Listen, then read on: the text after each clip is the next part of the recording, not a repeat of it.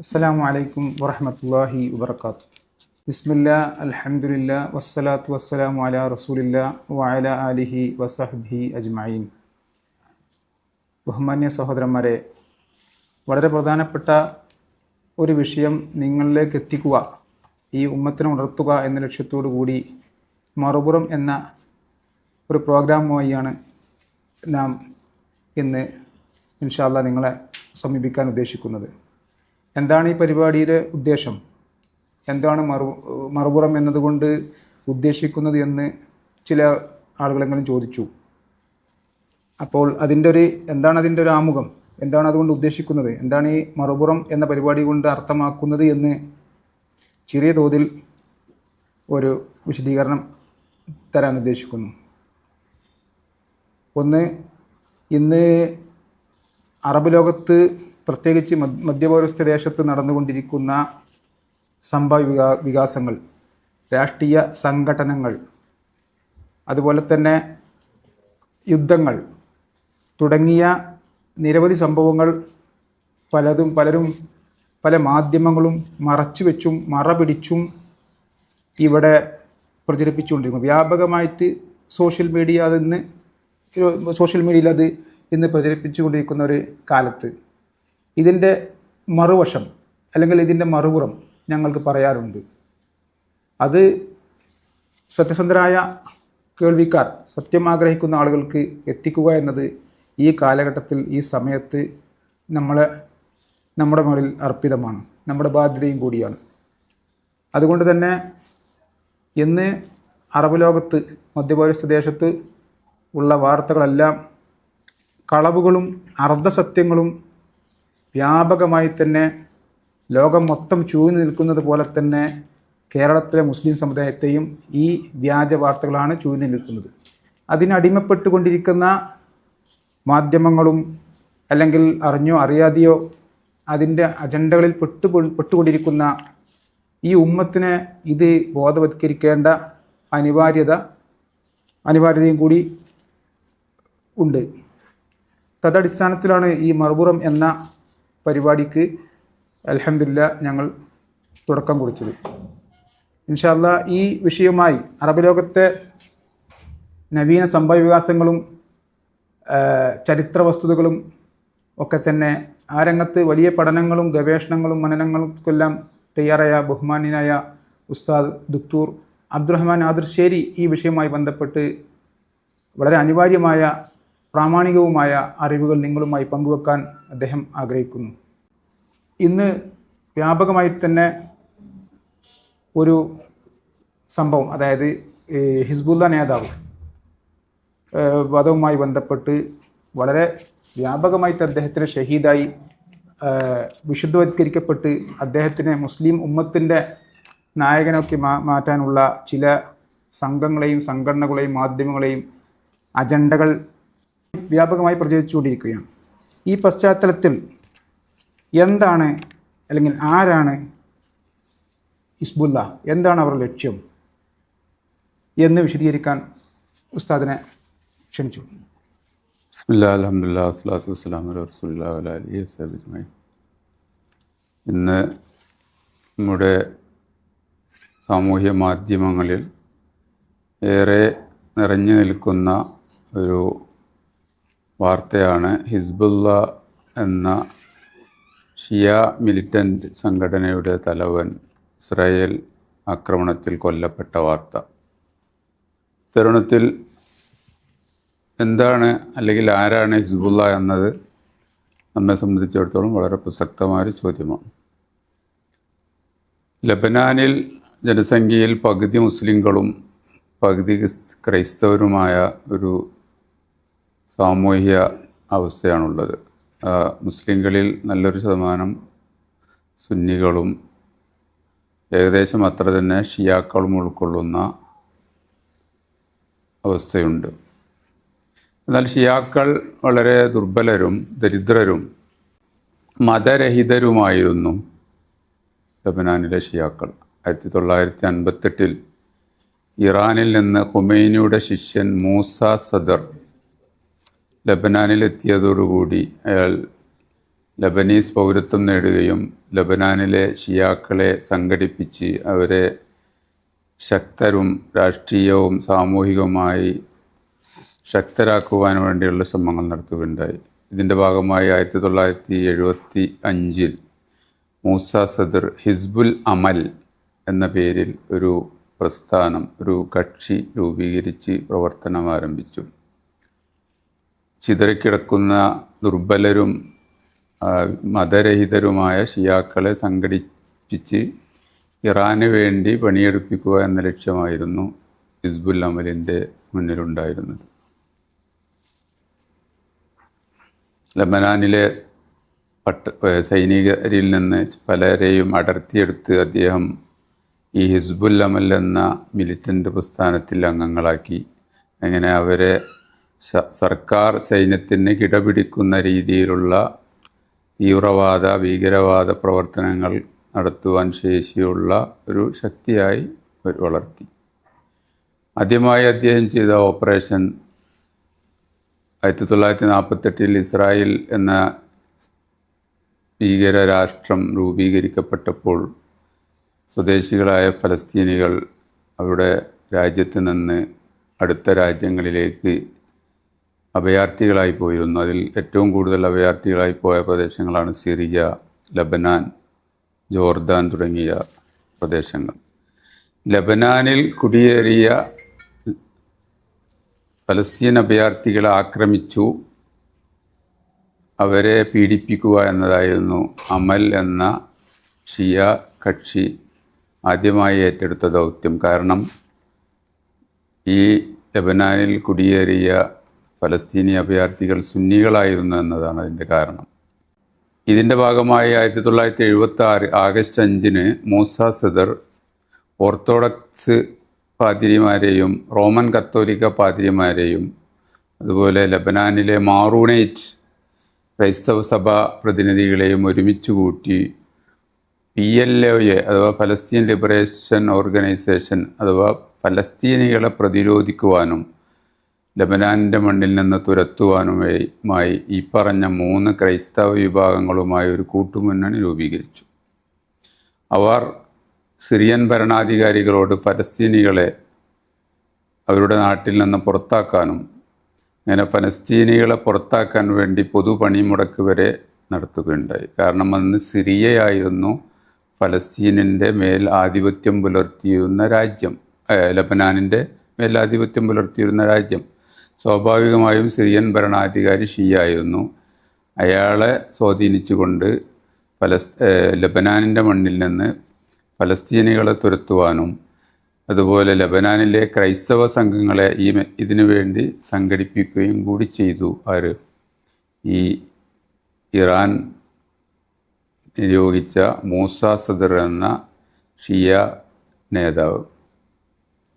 അതുപോലെ ഐക്യരാഷ്ട്രസഭയുടെ അന്താരാഷ്ട്ര എമർജൻസി ഗാർഡിനെ അദ്ദേഹം തെക്കൻ ലബനാനിൽ കേന്ദ്രീകരിക്കുവാനും പിന്നെ ലബനാനും ഇസ്രായേലുമായി സൗഹൃദ രാജ്യമാണ്, അതുകൊണ്ട് ലബനാനിൻ്റെ രാജ്യത്തിൽ കടന്നുകൂടി പ്രശ്നമുണ്ടാക്കാൻ ഫലസ്തീനികളെ അനുവദിക്കരുത് എന്നും ഈ അമൽ എന്ന കക്ഷി സമൂഹത്തോട് ആഹ്വാനം ചെയ്തു.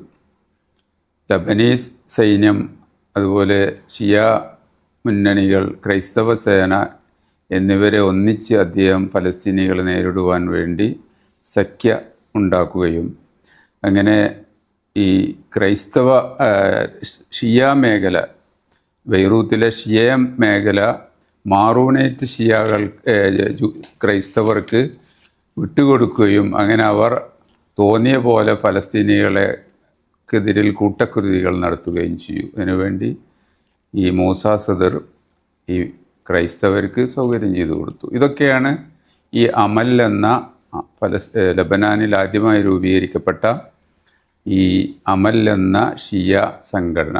ആ സംഘടനയുടെ നായകൻ മൂസ സദർ ഇറാനിൽ നിന്ന് ഖുമൈനിയുടെ ശിഷ്യനായ അദ്ദേഹം തൻ്റെ ദൗത്യവുമായിട്ടാണ് 1958 ലബനാനിൽ കുടിയേറിപ്പാർത്തതും 1975 ഈ അമൽ എന്ന കക്ഷി രൂപീകരിച്ചതും. പക്ഷേ 1978 ഈ മൂസ സദർ ലിബിയയിൽ വെച്ച് അദ്ദേഹത്തെ കാണാതാവുകയുണ്ടായി. അപ്പോൾ അമൽ പ്രവർത്തകർ ഇറാനോട് സമ്മർദ്ദം ചെലുത്തി ലിബിയയിൽ നിന്ന് അദ്ദേഹത്തെ വിട്ടുകിട്ടാൻ ആവശ്യപ്പെട്ടെങ്കിലും ഇറാൻ അത് വേണ്ടത്ര ഗൗനിച്ചില്ല. ഇതേ തുടർന്ന് ഇറാനും അമൽ കക്ഷിയും തമ്മിലുള്ള ബന്ധം വഷളാവുകയും മാത്രമല്ല മേഖലയിൽ ഇറാൻ്റെ വിപ്ലവം പ്രചരിപ്പിക്കുക എന്ന ദൗത്യത്തിൽ അമൽ എന്ന കക്ഷിയെ വേണ്ടത്ര സാധ്യമല്ല എന്ന് മണത്തറിഞ്ഞ ഇറാൻ 1979 ഇറാൻ വിപ്ലവം ഖുമൈനിയുടെ നേതൃത്വത്തിൽ വിജയിച്ചപ്പോൾ മെല്ലെ അമലിനെ പുറന്തള്ളിക്കൊണ്ട് 1983 ഹിസ്ബുള്ള എന്ന നേരിട്ട് ഇറാൻ നേതൃത്വം നൽകുന്ന ഒരു കക്ഷിക്ക് രൂപം നൽകി. 1983 ഹിസ്ബുള്ള രൂപീകരിച്ചത്. ഇറാൻ്റെ ചെലവിൽ ഇറാൻ്റെ സൈനിക പരിശീലനത്തിൽ ഇറാൻ്റെ മുൻകൈയിലാണ് ഹിസ്ബുള്ള 1983 ലബനാനിൽ രൂപീകരിക്കപ്പെടുന്നത്. ഇറാൻ അതിന് ഫണ്ട് നൽകുകയും അതുപോലെ ഈ ലബനാനിലെ ഷിയാക്കളെ രാഷ്ട്രീയ സാമൂഹിക സൈനിക രംഗത്ത് ഒരു ശക്തിയായി രൂപീകരിക്കുക എന്നതായിരുന്നു ഹിസ്ബുള്ളയുടെ രൂപീകരണത്തിൻ്റെ പിന്നിൽ ഇറാൻ ലക്ഷ്യം വെച്ചത്. തങ്ങളുടെ അജണ്ട അറബ് മേഖലകളിൽ നടപ്പാക്കാനുള്ള ഒരു രാഷ്ട്രീയ ആയുധമായും ഹിസ്ബുള്ളയെ ഇറാൻ കാണുകയുണ്ടായി. സിറിയയിൽ സഹായവും ഹിസ്ബുള്ളക്ക് ലഭിക്കുകയുണ്ടായി. കാരണം സിറിയ അന്ന് ഭരിച്ചിരുന്നത് ഹാഫിസുൽ അസദ് പോലുള്ള തീവ്ര ഇസ്മായിലി ഷിയ കക്ഷികളായിരുന്നു. അപ്പോൾ സിറിയയുടെ തണലിൽ ഇറാൻ്റെ പിന്തുണയോടുകൂടി മേഖലയിലെ വളരെ ശക്തമായ ഒരു സമ്മർദ്ദ ആയുധ ശക്തിയായിട്ട് വളരുവാൻ വളരെ പെട്ടെന്ന് തന്നെ, മാത്രമല്ല ലബനാനിലെ സർക്കാർ സൈന്യത്തെ തോൽപ്പിക്കുന്ന രീതിയിൽ സമാന്തര സൈന്യമായിട്ട് വളരാൻ ഇറാൻ്റെ അതുപോലെ സിറിയയുടെയൊക്കെ മുൻകൈയിൽ ഹിസ്ബുള്ളക്ക് സാധിക്കുകയുണ്ടായി. 1997 ഇസ്രായേലുമായി ഹിസ്ബുള്ള ചില ധാരണയിലെത്തുകയുണ്ടായി. അഥവാ ഹിസ്ബുള്ള ലബനാനിനെ പ്രതിനിധീകരിക്കുന്ന ഔദ്യോഗിക കക്ഷി എന്ന പദവി അന്താരാഷ്ട്ര തലത്തിൽ UN-ലും മറ്റുമൊക്കെ അമേരിക്കയുടെയും ഇറാൻ്റെയും പിൻബലത്തോടുകൂടി ഹിസ്ബുള്ളക്ക് ലബനാനിൻ്റെ പ്രതിനിധി എന്ന ഒരു മുഖം ഈ അമേരിക്കയും ഇസ്രായേലും പതിച്ചു നൽകുകയും അങ്ങനെ അമേരിക്കയും ഇസ്രായേലും ഹിസ്ബുള്ളയെ ഒരു ഹിസ്ബുൽ മുഖാവമ അഥവാ പ്രതിരോധ പ്രസ്ഥാനം എന്ന രീതിയിൽ ഈ ഹിസ്ബുള്ളയെ കണക്കാക്കുകയും ചെയ്തു. അതോടുകൂടി ഫലസ്തീനിലെ അഭയാർത്ഥികളായ ഫലസ്തീനിലെ സുന്നി അഭയാർത്ഥികൾക്ക് ലബനാനിൽ വലിയ പ്രതിസന്ധി നേരിടുകയും ഫലസ്തീനിലെ സുന്നി മുസ്ലിങ്ങൾക്ക് തന്നെ വലിയ ഭീഷണി സൃഷ്ടിക്കുവാനും കുറഞ്ഞ കാലം കൊണ്ട് ഹിസ്ബുള്ളക്ക് സാധിച്ചു. 2000 ഇസ്രായേൽ തെക്കേ ലബനാനിൽ നിന്ന് പെട്ടെന്ന് പിൻവാങ്ങി. ഇസ്രായേലിൻ്റെ മേൽനോട്ടത്തിലായിരുന്നു തെക്കേ ലബനാൻ. അതോടുകൂടി അവിടുത്തെ ആധിപത്യം സർക്കാർ സൈന്യവും അതുപോലെ സിറിയയും ലബനാനും എല്ലാം ഹിസ്ബുള്ളക്ക് പതിച്ചു നൽകുകയുണ്ടായി. ഇങ്ങനെയാണ് ഒരു ഭീകരപ്രസ്ഥാനമായി രൂപപ്പെട്ട ഹിസ്ബുള്ളക്ക് ഒരു പൊതുമുഖവും ഒരു രാഷ്ട്രീയ കക്ഷി എന്ന അംഗീകാരവും ലഭിക്കാൻ കാരണമുണ്ടായത്. ഫലസ്തീൻ ലബനാനിലെ ഇസ്രായേൽ അധിനിവേശത്തിൽ നിന്ന് മോചിപ്പിച്ചത് ഹിസ്ബുള്ളയാണ് എന്ന കിംവദന്തി പരത്തുകയും അങ്ങനെ ഹിസ്ബുള്ളക്ക് അന്താരാഷ്ട്ര മേഖലകളിൽ വലിയ പ്രസക്തി ലഭിക്കുകയും ചെയ്തു. യഥാർത്ഥത്തിൽ തെക്കൻ ലബനാനിനെ ഇസ്രായേലിൽ നിന്ന് മോചിപ്പിച്ചത് ഫലസ്തീൻ പോരാളികളായിരുന്നു. അഹമ്മദ് ജിബ്രീൽ എന്ന ഫലസ്തീൻ യുവാവിൻ്റെ നേതൃത്വത്തിലുള്ള ഒരു സായുധ സംഘമായിരുന്നു ഇസ്രായേലിനെ ആ മേഖലയിൽ നിന്ന് തുരത്തിയത്. പക്ഷേ അതിൻ്റെ ക്രെഡിറ്റ് വളരെ തന്ത്രപരമായി ഹിസ്ബുള്ള നേടിയെടുക്കുകയും അങ്ങനെ ഹിസ്ബുള്ള ലബനാനിൻ്റെ പൊതുമുഖമായിട്ട് അന്താരാഷ്ട്ര വേദികളിൽ വരെ ലക്ഷ്യം വെക്കുകയും പ്രചരിക്കുകയും ചെയ്തു.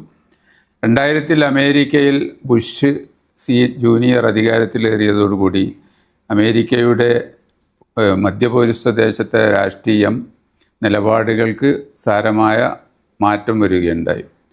ലബനാൻ്റെ അധികാരം ഒഴിയാൻ സിറിയയോട് ബുഷ് അഡ്മിനിസ്ട്രേഷൻ ആവശ്യപ്പെട്ടു. കാരണം ലെബനാനിനെ അനൗദ്യോഗികമായി ഭരിച്ചിരുന്നത് സിറിയയായിരുന്നു. അതുപോലെ അവിടെയുള്ള മുഴുവൻ മിലിഷ്യകളെയും നിരായുധീകരിക്കുവാനും അവരിൽ നിന്ന് ആയുധം തിരിച്ചു വാങ്ങുവാനും അമേരിക്ക ആവശ്യപ്പെട്ടെങ്കിലും ഹിസ്ബുള്ള അതിന് തയ്യാറായില്ല. ഇതേ തുടർന്ന് പ്രധാനമന്ത്രി സുന്നിയായ റഫീഖുല്ല ഹരീരി കൊല ചെയ്യപ്പെടുകയുണ്ടായി ഷിയാക്കളുടെ കരങ്ങളിലൂടെ. വലിയൊരു രസം, ഇതേ റഫീഖുല്ല ഹരീരിയാണ് ഷിയാക്കൾക്ക് അൽമനാർ എന്ന ചാനലിന്, അവരുടെ ചാനൽ ഇപ്പോഴും ലബനാനിൽ നിന്ന് പ്രക്ഷേപണം ചെയ്യുന്ന അൽമനാർ ചാനൽ തുടങ്ങുവാൻ അംഗീകാരം നൽകിയത് ഇത് റഫീഖുല്ല ഹരീരിയായിരുന്നു. അദ്ദേഹത്തെ അവർ കഥ കഴിച്ചു. ഞാൻ ഒരുപാട് രാഷ്ട്രീയ കൊലപാതകങ്ങൾ നിരന്തരമായി മിഷേൽ ഒരുപാട് ആളുകൾ കൊല ചെയ്യപ്പെട്ടു. 2006 ഇത് മേഖലയെ ബന്ധിക്കുന്ന വിഷയമായതുകൊണ്ട് സൗദി അറേബ്യ, അമേരിക്ക, സിറിയ എന്ന രാജ്യങ്ങൾ ഒരു തീരുമാനത്തിലെത്തി. അതിൻ്റെ തായിഫ് കരാർ എന്നാണ് ആ തീരുമാനം അറിയപ്പെടുന്നത്. തായിഫിൽ വെച്ചാണ് അവർ തീരുമാനിച്ചത്. ഈ തായിഫ് ഉടമ്പടി അനുസരിച്ച് ലബനാനിൽ പ്രവർത്തിക്കുന്ന സായുധ സംഘങ്ങളെ നിരായുധീകരിക്കാനും അവരെ സർക്കാരിൻ്റെ മേൽനോട്ടത്തിൽ കൊണ്ടുവരാനൊക്കെ തീരുമാനമായെങ്കിലും ഹിസ്ബുള്ള അവിടെയും രക്ഷപ്പെട്ടു. അങ്ങനെ ഹിസ്ബുള്ള രാഷ്ട്രത്തിനുള്ളിൽ ഒരു രാഷ്ട്രം എന്ന രീതിയിൽ ശക്തമായി ഇറാൻ്റെയും സിറിയയുടെയും ഒരു വേള അമേരിക്കയുടെയും പിന്തുണയോടുകൂടി ഒരു ഭീകര പ്രസ്ഥാനമായി ഹിസ്ബുള്ള തഴച്ചു വളരുകയും അങ്ങനെ ഇസ്രായേലുമായി തങ്ങൾക്ക് ചില പ്രതിസന്ധി, ഞങ്ങളെ പോരാട്ടമുണ്ട് എന്ന് വരുത്തി തീർക്കുവാൻ വേണ്ടി ഇടയ്ക്ക് ഇസ്രായേലിലേക്ക് ചില ബോംബയക്കുകയും എന്നാൽ അവർ ഇസ്രായേലുമായി വളരെ വലിയ സൗഹൃദം അതേസമയം പാലിക്കുകയും ചെയ്യുന്നൊരു നാടകമാണ് അവർ നടത്തിക്കൊണ്ടുവന്നിരുന്നത്. ഇതിനിടയിൽ 1982 ഷബ്ര ഷാത്തീല എന്ന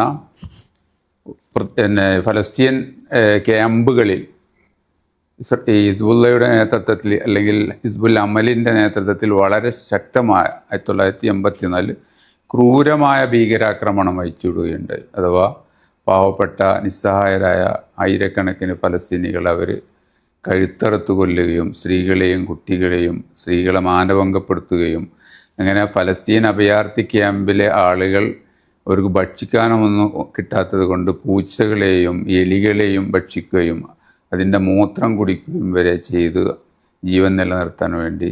പക്ഷേ ഈ ഹിസ്ബുൽ അമൽ എന്ന ഭീകര സംഘടന ഇതൊക്കെ ചെയ്തിട്ടും അന്താരാഷ്ട്ര തലത്തിൽ അന്നത്തെ മാധ്യമ പ്രവർത്തകർ വളരെ വ്യക്തമായിട്ട് ആ കാര്യങ്ങൾ, അന്നത്തെ അമേരിക്കയുടെയൊക്കെ പത്രങ്ങൾ അന്ന് അവിടെ നടത്തുന്ന ക്രൂരതകളുടെ ചിത്രങ്ങൾ പുറം ലോകത്ത് അറിയിച്ചിരുന്നു. നമ്മുടെ ahlusunna.com എന്ന സൈറ്റിൽ ഇതിൻ്റെ വിശദമായ വിശദീകരണം നമ്മൾ ആ കാലത്ത് എഴുതിയത് നിങ്ങൾക്ക് വായിക്കാൻ സാധിക്കും. ഈ രീതിയിൽ വളരെ വലിയ അതിക്രമം. പക്ഷേ അന്നത്തെ കേരളീയ പത്രങ്ങളൊക്കെ ഷബ്ര ഷാത്തീല കൂട്ടക്കൊലയെക്കുറിച്ച് പറഞ്ഞെങ്കിലും അത് ഇസ്രായേലിൻ്റെ പരിധിയിലാണ് വിട്ടത്. യഥാർത്ഥത്തിൽ അതിൻ്റെ പിന്നിൽ ഈ ലബനാനിലെ ഷിയ ഭീകര സംഘടനകളായിരുന്നു പ്രവർത്തിച്ചത്. അത് അറബ് ലോകവും പാശ്ചാത്യ മാധ്യമങ്ങളും അന്ന് തന്നെ പുറത്തുവിട്ടിരുന്നെങ്കിലും യഥാർത്ഥത്തിൽ അതിൻ്റെ യഥാർത്ഥ കുറ്റവാളികളെ മലയാള വായനക്കാർക്ക് ആരാണ് അത് പ്രവർത്തിച്ചത് എന്നത് മലയാളി വായനക്കാരെ സംബന്ധിച്ചിടത്തോളം ഇന്നും അത് അറിയാത്തൊരു കാര്യമാണ്. അപ്പോൾ ഈ രീതിയിൽ നിസ്സഹായരായ ഫലസ്തീനികൾക്ക് മേൽ വളരെ വലിയ ഭീകര ആക്രമണം നടത്തിയ ഒരു പ്രസ്ഥാനമാണ് ഹിസ്ബുൽ അമലും ഹിസ്ബുള്ളയും ഒക്കെ. ഹിസ്ബുള്ള അതുപോലെ ഇടക്കാലത്ത് 92 തോന്നുന്നു ഇസ്രായേലിൽ നേരെ ഒരു ബോംബാക്രമണം നടത്തി. പക്ഷേ ഇസ്രായേൽ തിരിച്ചു ബോംബിട്ടത് തെക്കൻ ലബനാനിലെ ഷിയ കേന്ദ്രത്തിലേക്കല്ല, സുന്നി പ്രദേശങ്ങൾക്ക് നേരെയാണ് ഇറാൻ തിരിച്ച് ഇസ്രായേൽ ബോംബ് ആക്രമണം നടത്തി. ആ രീതിയിൽ ആ പ്രദേശത്ത് ഒരുപാട് സുന്നികൾ കൂട്ടക്കൊല ചെയ്യപ്പെടുകയുണ്ടായി. ഇതുപോലെ ഹിസ്ബുള്ളയും ഇസ്രായേലുമുള്ള ഒത്തുകളികളിൽ അതിനേറ്റവും വലിയ വില കൊടുക്കേണ്ടി വന്നത് ഈ പാവപ്പെട്ട ലബനാനിലെ സുന്നി മുസ്ലിങ്ങളും അവിടെ അഭയാർത്ഥികളായി വന്ന ഫലസ്തീനിലെ നിസ്സഹായരായ മനുഷ്യന്മാരുമായിരുന്നു എന്നതാണ് നാം മനസ്സിലാക്കേണ്ട പ്രധാനപ്പെട്ട ഒരു സംഗതി. ലബനാനെ കുറിച്ചുള്ള ഒരു ചെറിയ വിശദീകരണമാണ് ഉസ്താദ് നൽകിയത്. എത്രയും ഭീകര അല്ലെങ്കിൽ ആക്രമണത്തിന് ഒതുങ്ങിയ ഒരു പ്രസ്ഥാനത്തെക്കുറിച്ചും അതിൻ്റെ ആളുകളെക്കുറിച്ചുമാണ് കേരളത്തിൽ നിന്ന് വ്യാപകമായി പ്രചരിപ്പിച്ചു കൊണ്ടിരിക്കുന്ന അർദ്ധസത്യങ്ങളും കളവുകളും. അതുപോലെ തന്നെ ഇവരെ ഇറാൻ ബന്ധങ്ങൾ ഈ ഹിസ്ബുല്ലയുടെ എങ്ങനെയാണ് അതിനെക്കുറിച്ചൊന്ന് വിശദീകരിച്ചത്? ഇറാൻ്റെ മേൽനോട്ടത്തിലാണ് നമ്മൾ പറഞ്ഞു.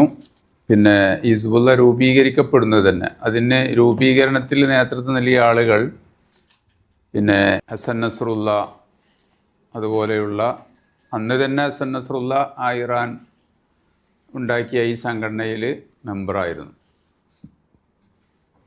എന്നത് നമ്മൾ പ്രത്യേകം മനസ്സിലാക്കണം. ഹസൻ നസ്രുല്ലയെ പോലുള്ള പല ആളുകളും ഈ പ്രസ്ഥാനത്തിൻ്റെ നേതൃത്വത്തിൽ ഉണ്ടായിരുന്നു. ഇറാൻ അവർക്ക് ഓരോ വർഷവും 1 മില്യൺ, അതുപോലെ 25 മില്യൺ, അത് ഒക്കെ വലിയ തുക, 160 മില്യൂനൻ,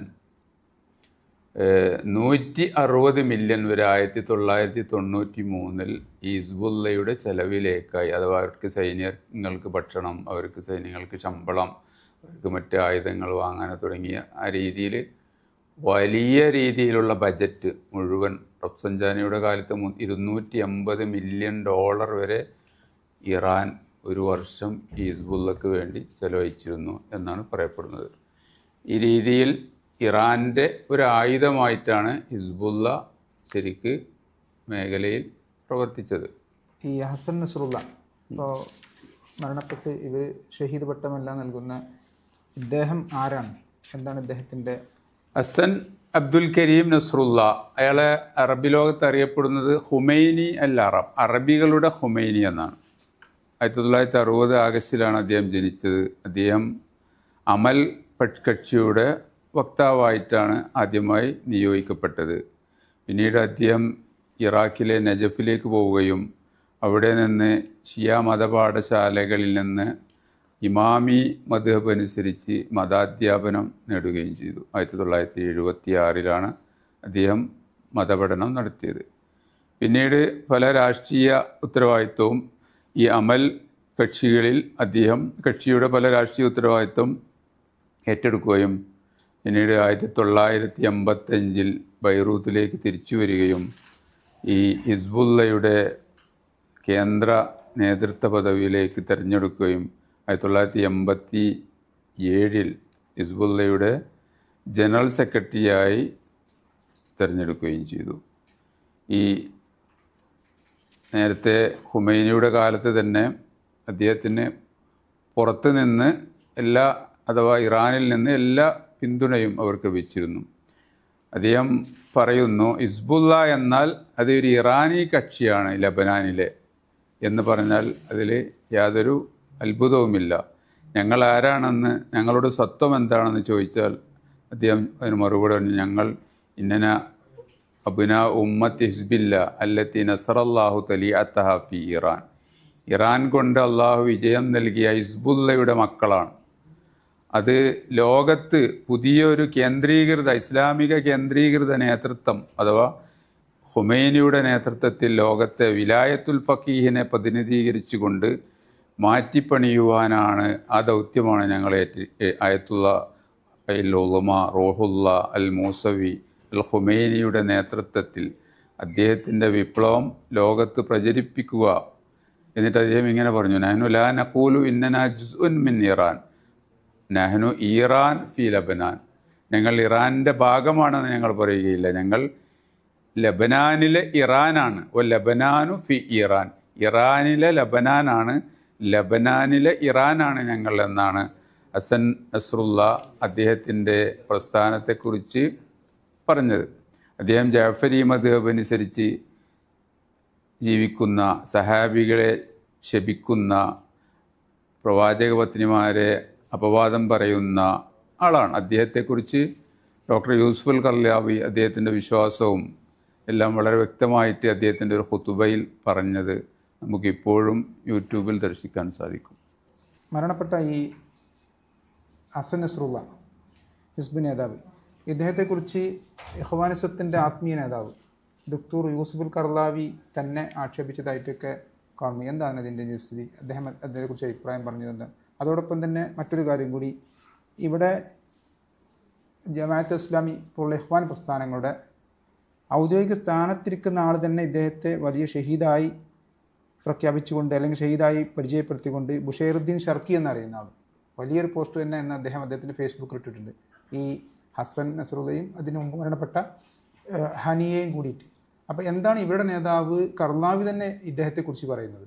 ഡോക്ടർ യൂസുഫുൽ കർലാവി മറ്റ് പല ഇഖ്വാൻ നേതാക്കളെയും പോലെ തന്നെ ഒരു കാലത്ത് കലവറയില്ലാതെ ഇറാനെയും ഹിസ്ബുള്ളയെയും അതുപോലുള്ള മറ്റ് ഷിയ കക്ഷികളെയും പിന്തുണച്ച ഒരാളായിരുന്നു.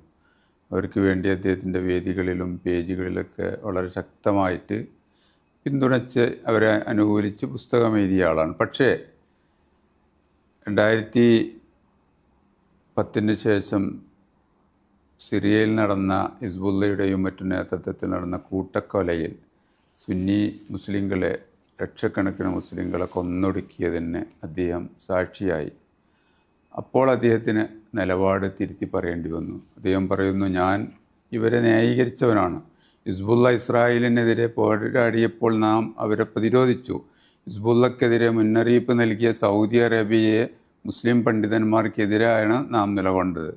ഹിസ്ബുള്ളയുടെ ഭിന്നത വിതക്കാനുള്ള പദ്ധതികളെപ്പറ്റി അഥവാ സൗദി ഞങ്ങൾക്ക് മുന്നറിയിപ്പ് നൽകി.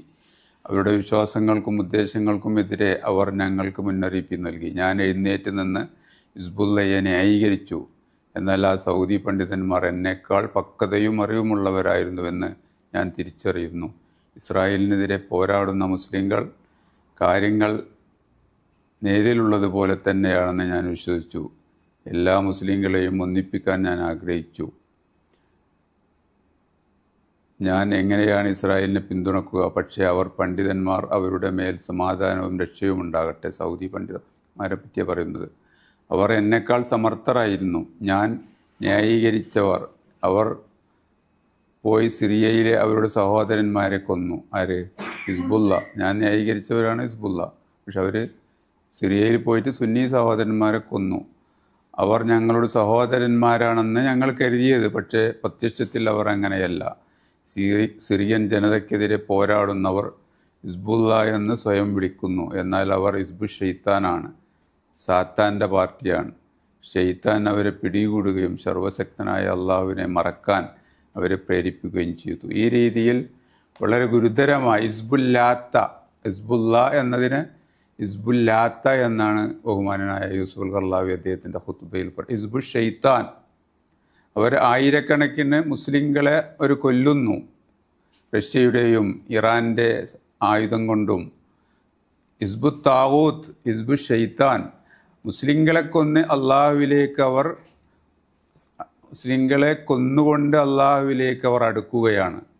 ഹിസ്ബു ഹസൻ നസ്രുല്ലാത്ത എന്നാണ് ഹസൻ നസ്രുല്ല എന്ന പേര് ഡോക്ടർ യൂസുഫുൽ കർലാവി പറഞ്ഞത്. ഇവനെ അള്ളാഹു ഒരു ദിവസം ഈ ക്രൂരനെ പിടികൂടുക തന്നെ ചെയ്യും എന്നും കർലാവി തൻ്റെ പ്രസംഗത്തിൽ പറയുകയുണ്ടായി. ഹിസ്ബുള്ളയുടെ കൂടെ നിൽക്കുന്ന എല്ലാവരെയും നാം അപലപിക്കുന്നു. ഇസ്തഹവദ അലൈഹിം ഷെയ്ത്താനു ഫഅൻസാഹും ദിക്റല്ലാ ഉലാഹിക ഹിസ്ബു ഷെയ്ത്താൻ എന്നൊക്കെ ആയത്തോതിയിട്ട് വളരെ ശക്തമായ ഭാഷയിൽ തൻ്റെ മുൻകാല ചെയ്തി അബദ്ധമായിരുന്നുവെന്നും അന്ന് സൗദി പണ്ഡിതന്മാർ പറഞ്ഞതാണ് ശരിയെന്നും ഈ ഹിസ്ബുള്ളയും ഇറാനും അതുപോലെ സിറിയയിലെ ബഷാറുൽ അസദുമൊക്കെ ദശലക്ഷക്കണക്കിന് സുന്നി മുസ്ലിങ്ങളെ കൂട്ടക്കൊല ചെയ്തവരാണെന്നുമെല്ലാം യൂസുഫുൽ കർലാവി നമുക്ക് ബോധ്യപ്പെട്ടതുപോലെ അദ്ദേഹത്തിന് ബോധ്യപ്പെട്ടെങ്കിലും അദ്ദേഹത്തിൻ്റെ അനുയായികൾ എന്ന് പറയുന്ന ഇഖ്വാനികൾക്കും ജമാഅത്തെ ഇസ്ലാമിക്കാർക്കും ഇന്നും ബോധ്യപ്പെടാത്തത് കൊണ്ടാണ് ഇപ്പോഴും അവർ ഹിസ്ബുള്ളയെ ഷഹീദ് ഹസൻ നസ്രുല്ല എന്നും യാ ഷഹീദ് യാ സലാം എന്നൊക്കെ അവരുടെ സോഷ്യൽ മീഡിയകളിൽ നിരന്ന് പ്രചരിപ്പിച്ചുകൊണ്ടിരിക്കുന്നത്. ഇപ്പോൾ ഹിസ്ബുള്ള ആരാണെന്നും എന്താണ് അവരുടെ പരിപാടിയെന്നും ഏകദേശം ഉസ്താദിൻ്റെ സംസാരങ്ങളിൽ നിന്ന് മനസ്സിലായിട്ടുണ്ടാവുമെന്ന് കരുതുന്നു. അതോടൊപ്പം മറ്റൊരു ചോദ്യം, ഇവർ ഇതര രാജ്യങ്ങളിൽ കലാപം ഉണ്ടാക്കാൻ ശ്രമിക്കുന്നു. അതിൻ്റെ കാര്യങ്ങളെക്കുറിച്ച് ഉസ്താദ് ഒന്ന് വിശദീകരിച്ചാൽ. ഇറാൻ്റെ ആയുധമാണ് ഹിസ്ബുള്ള എന്ന് നമ്മൾ പറയുകയുണ്ടായി. ലബനാനിൽ മാത്രമല്ല ഹിസ്ബുള്ളയുള്ളത് എന്ന് നാം മനസ്സിലാക്കണം. ഇറാൻ അജണ്ട മറ്റു രാജ്യങ്ങളിൽ നടപ്പാക്കുവാൻ അതേ പേരിൽ ഹിസ്ബുള്ള അൽ ബഹ്റൈനി, ബഹ്റൈനിൽ ഹിസ്ബുള്ള ഉണ്ട്. ഹിസ്ബുള്ള അൽ കുവൈത്തി, കുവൈത്തിൽ ഹിസ്ബുള്ളയുണ്ട്. ഹിസ്ബുള്ള അൽ ഹിജാസ്, ഹിജാസിലെ ഹിസ്ബുള്ള അഥവാ സൗദി അറേബ്യയെ അവിടുത്തെ സംവിധാനത്തെ തകർത്ത് ഇറാൻ്റെ നേതൃത്വത്തിലുള്ള ഭരണം കൊണ്ടുവരിക എന്ന ലക്ഷ്യത്തോടുകൂടി ഹസൻ സഫാർ എന്ന ഷിയ പണ്ഡിതൻ്റെ നേതൃത്വത്തിൽ കിഴക്കൻ സൗദി അറേബ്യയിൽ ഹിസ്ബുള്ള സജീവമായി പ്രവർത്തിച്ചിരുന്നു. ബഹ്റൈനിൽ ധാരാളം കലാപങ്ങൾ നടത്തുകയും ധാരാളം രക്തച്ചൊരിച്ചിലുകൾ നടത്തുകയും ഒരുപാട് മനുഷ്യജീവൻ പൊലിയുകയും ചെയ്തു ഹിസ്ബുള്ള ബഹ്റൈനിയുടെ നേതൃത്വത്തിലുള്ള വിപ്ലവ അല്ലെങ്കിൽ ഭീകര പ്രവർത്തനങ്ങളിലൂടെ. ഇതേപോലെ തന്നെ കുവൈത്തിലും ഹിസ്ബുള്ള അവരുടേതായ നീക്കങ്ങൾ നടത്തിയിട്ടുണ്ട്. ഇതൊക്കെ ഹിസ്ബുള്ള എന്ന പേരിൽ അതാത് രാഷ്ട്രങ്ങളിൽ പ്രവർത്തിക്കുന്ന സംഘടനയാണ്. എന്നാൽ യഥാർത്ഥ ഹിസ്ബുള്ള അഥവാ ലബനാനിലെ ഹിസ്ബുള്ള അവർ നേരിട്ട് ഇറാന് വേണ്ടി ഇറാൻ ഇറാഖ് യുദ്ധവേളയിൽ ഇറാഖികളെ കൂട്ടക്കൊല നടത്തുവാൻ വേണ്ടി 10,000-കണക്കിന് ഹിസ്ബുള്ള മിലിറ്റൻറ്റുകൾ ഇറാഖിൽ പ്രവർത്തിക്കുകയും അങ്ങനെ ഇറാഖിലെ സുന്നി മുസ്ലിങ്ങളെ കൊലപ്പെടുത്തുകയും ചെയ്തിട്ടുണ്ട്. ഇതുപോലെ സിറിയയിൽ ആഭ്യന്തര യുദ്ധം നടന്നപ്പോൾ ബഷാറുൽ അസദിനെ സഹായിക്കുവാൻ വേണ്ടിയും ഈ ലബനാനിലെ ഹിസ്ബുള്ള, ഈ ഹസൻ നസ്രുള്ളയുടെ കക്ഷി സിറിയയിൽ പോയി അവിടുത്തെ പാവപ്പെട്ട മുസ്ലിങ്ങളെ അവരന്ന് ചെയ്തു കൂട്ടിയ കൃത്യങ്ങൾ, ഭീകര കൃത്യങ്ങൾ, മരിച്ച മനുഷ്യന്മാരുടെ പുറത്ത് വാളുകൊണ്ട് യാ അലി യാ ഹുസൈൻ എന്നൊക്കെ എഴുതി വെച്ചിരുന്നതായി അന്നത്തെ പത്രമാധ്യമങ്ങൾ റിപ്പോർട്ട് ചെയ്യുകയുണ്ടായി. വളരെ ക്രൂരമായി ചെറിയ കുട്ടികളെപ്പോലും ഈ ഭീകരന്മാർ കശാപ്പ് ചെയ്യുകയുണ്ടായി. മനുഷ്യന്മാരെ ജീവനോടെ അറുക്കുന്ന പരിപാടികൾ വളരെ കൂടുതലായിട്ട് ഈ ഹിസ്ബുള്ളയുടെ മിലിറ്റൻറ്റുകൾ സിറിയയിൽ നടത്തിയതായി ആ കാലത്തെ മീഡിയകൾ റിപ്പോർട്ട് ചെയ്തിരുന്നു. അപ്പോൾ ഹിസ്ബുള്ള എന്ന് പറഞ്ഞാൽ അതൊരു കേവലം ലബനാനിൽ ഒതുങ്ങുന്ന ഒരു കേവലം ചെറിയ കക്ഷിയല്ല.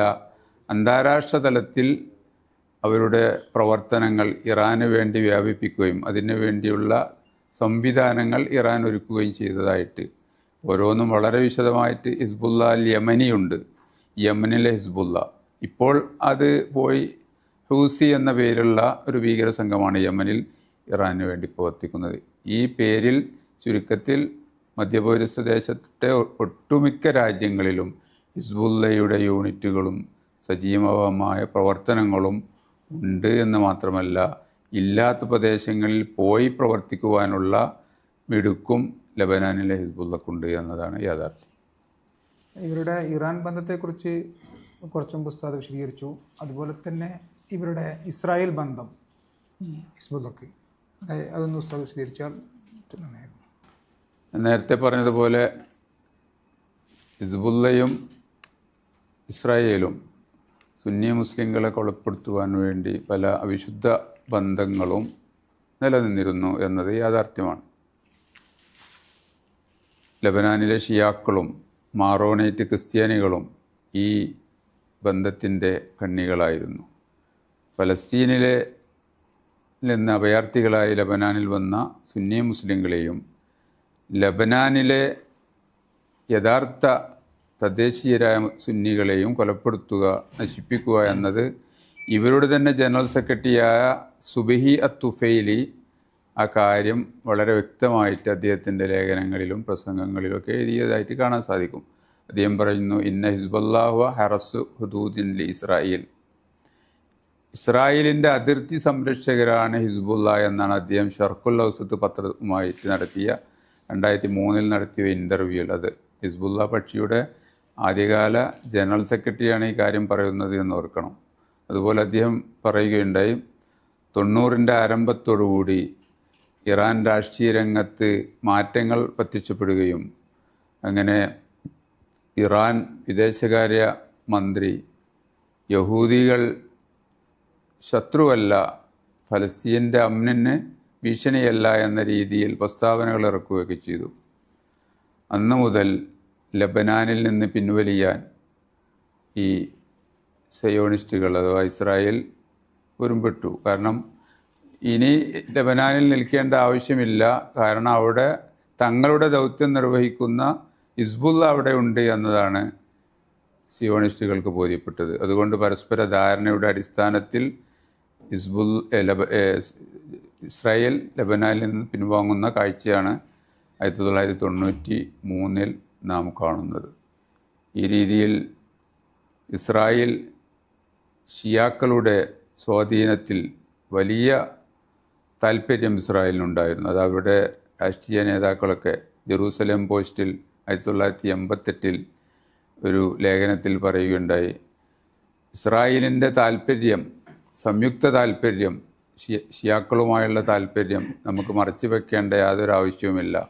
മേഖലയിലെ, പ്രത്യേകിച്ച് ലബനാനിലെ ഷിയാക്കളുടെ താല്പര്യം ഇസ്രായേലിൻ്റെ കൂടി താല്പര്യമാണ് എന്ന കാര്യം, കാരണം ഇസ്രായേലും അമൽ കക്ഷിയും തമ്മിലുള്ള സൗഹാർദ്ദവും കരാറും ഇത്തരുണത്തിൽ ഓർക്കേണ്ടതാണ് എന്നൊക്കെ ഈ പത്രത്തിൽ വന്ന ലേഖനത്തിൽ ഈ ഇസ്രായേൽ ലേഖൻ എഴുതുകയുണ്ടായി. അതുപോലെ ഒരു ഭാഗത്ത് ഫലസ്തീൻ സംഘടനകൾ നുഴഞ്ഞു കയറുന്നതിൽ നിന്ന് പ്രതിരോധിക്കുവാൻ അമൽ പാർട്ടി അഥവാ ഷിയ പാർട്ടി പ്രതിജ്ഞാബദ്ധമാണ് എന്നുകൂടി ഈ ഇസ്രായേൽ ലേഖകൻ ഈ പത്രത്തിൽ എഴുതുകയുണ്ടായി. ഇതിൽ നിന്നെല്ലാം മനസ്സിലാകുന്നത് ഇറാനും ഇസ്രായേലും ഹിസ്ബുള്ളയുമെല്ലാം ഒരേ നാണയത്തിൻ്റെ വ്യത്യസ്ത പുറങ്ങളാണ്. പക്ഷേ അവർ മുസ്ലിങ്ങളെ വഞ്ചിക്കാൻ വേണ്ടിയിട്ട് ഈ തങ്ങൾ അധിനിവേശത്തിനെതിരാണ്, ജൂതന്മാർക്കെതിരാണ് എന്ന ഒരു മേലങ്കി അണിയുകയും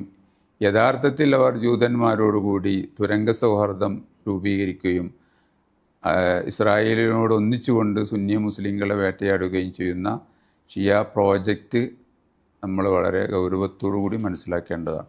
എന്തുകൊണ്ടാണ് ഈ ഇത്തരം വാർത്തകളിലും സംഭവവികാസങ്ങളും സുന്നി ലോകം വഞ്ചിക്കപ്പെടുന്നത്? സുന്നി മുസ്ലിങ്ങൾ ഇസ്രായേലിൻ്റെ ഈ കെണിയിൽ, അതെങ്കിൽ അവരുടെ തേൻ പുരട്ടിയ വാർത്തകളിലും വർത്തമാനങ്ങളിലും വഞ്ചിതരാകാൻ കാരണം ഒന്ന്, തഖിയ എന്ന ഷിയ അജണ്ടയെക്കുറിച്ച് സുന്നി മുസ്ലിങ്ങൾക്ക് വേണ്ടത്ര ബോധ്യമില്ല എന്നതാണ്. അഥവാ പുറത്തൊന്ന് പറയുകയും ഉള്ളിൽ മറ്റൊന്ന് നടത്തുകയും ചെയ്യുന്നതിനാണ് ഷിയാക്കളെ സംബന്ധിച്ചിടത്തോളം തഖിയ വളരെ അനിവാര്യമാണ്. പ്രത്യേകിച്ച് ഷിയാക്കൾ ന്യൂനപക്ഷമായ സമൂഹങ്ങളിൽ അവർ തഖിയയുടെ മേലങ്കി ധരിച്ചാണ് സുന്നികളെപ്പോലെ ജീവിച്ച് എന്നാൽ രഹസ്യമായിട്ട് ഷിയ അജണ്ട നടപ്പാക്കുക എന്നതിനാണ് തഖിയ എന്ന് പറയുക. തഖിയ ഇല്ലാത്തവന് ദീനില്ല എന്നാണ് ഷിയ മതഗ്രന്ഥങ്ങളിൽ പറയുന്ന ഒരു ഹദീസ്. ലാ ദീന ലിമൻ ലാ തഖിയ്യത ലഹു, തഖിയ ഇല്ലാത്തവന് മതമില്ല. അപ്പോൾ എപ്പോഴും കാപ്പട്യം ആചരിക്കുക എന്നത് ഷിയ മതത്തിൻ്റെ ഭാഗമാണ്.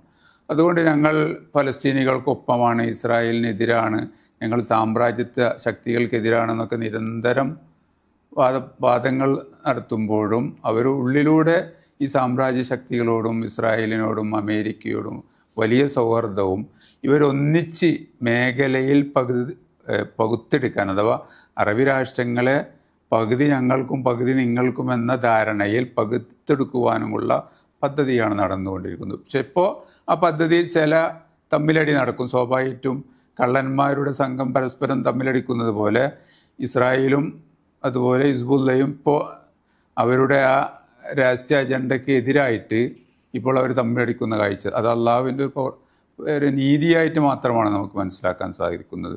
ഇവരൊരിക്കലും ശത്രുക്കളല്ല, പക്ഷേ അവരുടെ താല്പര്യങ്ങൾ തമ്മിൽ ഏറ്റുമുട്ടിയപ്പോൾ അറിയാതെ പലപ്പോഴും അവർക്ക് ഏറ്റുമുട്ടേണ്ടി വന്നിട്ടുണ്ട്. സുന്നികൾ ഇതിൽ കുടുങ്ങാനുള്ള മറ്റൊരു കാരണം ഈ തഖിയ എന്ന അജണ്ട അവർക്ക് തിരിച്ചറിയാത്തതുപോലെ തന്നെ ഈ വാർത്താ മാധ്യമങ്ങൾ, സുന്നി ലോകത്തെ മാധ്യമങ്ങൾ ഒരിക്കലും ഈ സത്യം പുറത്ത് വരുന്നില്ല എന്നതാണ്. എപ്പോഴും ഇസ്രായേലിന് ഷിയാക്കൾക്കും ഹിസ്ബുള്ളക്കും അനുകൂലമായ വാർത്തകളാണ്. നമ്മൾ നേരത്തെ വായിച്ചതുപോലെ ജമാഅത്തെ ഇസ്ലാമിൻ്റെ സ്ഥാപനത്തിലെ അധ്യാപകനാണ് ഹസൻ നസ്രുള്ളയെ വാഴ്ത്തിക്കൊണ്ട് യൂസുഫുൽ ഖർലാവി യാഥാർത്ഥ്യം പറഞ്ഞ് വർഷങ്ങൾ കഴിഞ്ഞിട്ടും, അപ്പോൾ അവർ യാഥാർത്ഥ്യം അറിയാഞ്ഞിട്ടല്ല, അറിഞ്ഞാലും തങ്ങൾ മുമ്പ് പറഞ്ഞ ആ നിലപാടിൽ നിന്ന് മാറ്റാൻ തയ്യാറല്ല. എപ്പോഴും ഒരു വിപ്ലവം, അവരുടെ മുമ്പിൽ ഒരു വിപ്ലവം, ഒരു കലാപം കൊതിക്കുന്നവരാണ് ഇത്തരത്തിലുള്ള കക്ഷികൾ. അപ്പോൾ അത്തരം വിപ്ലവങ്ങൾക്കും പ്രശ്നങ്ങൾക്കും സുന്നി ലോകത്ത് പഴുതില്ലാതെ ഷിയാക്കളാണ് അതിൻ്റെ വക്താക്കൾ. സുന്നി ലോകം സമാധാനപരമായി ജീവിക്കാൻ ആഗ്രഹിക്കുന്നവരാണ്. നാട്ടിൽ കലാപം ഉണ്ടാക്കാനും വിപ്ലവം നടത്തുക എന്നത് സുന്നികളുടെ അജണ്ടയിൽപ്പെട്ടതല്ല.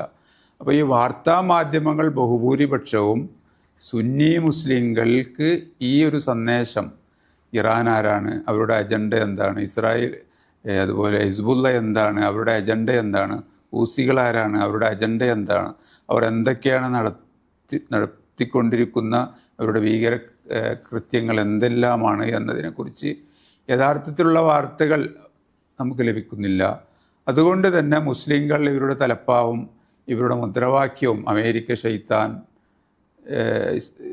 ഇസ്രായേൽ ശൈത്താൻ അക്ബർ എന്നൊക്കെ പറയുമ്പോൾ ഈ ആവേശ മുദ്രാവാക്യങ്ങളുടെ പിന്നാലെ പോവുക എന്നതല്ലാതെ ഇവർ ഇന്ന് വരെയായിട്ട് ഇസ്രായേലിനെതിരിൽ ഒരു ചെറിയ വിരൽ അനക്കിയിട്ടുണ്ടോ, ഇസ്രായേലിനെതിരിൽ എന്തെങ്കിലും നീക്കങ്ങൾ നടത്തിയിട്ടുണ്ടോ, മുദ്രാവാക്യം അല്ലെങ്കിൽ വാഗ്ദോരണികളല്ലാതെ എന്തെങ്കിലും ഉണ്ടോ എന്നത് തിരിച്ചറിയപ്പെടാതെ പോവുകയാണ്.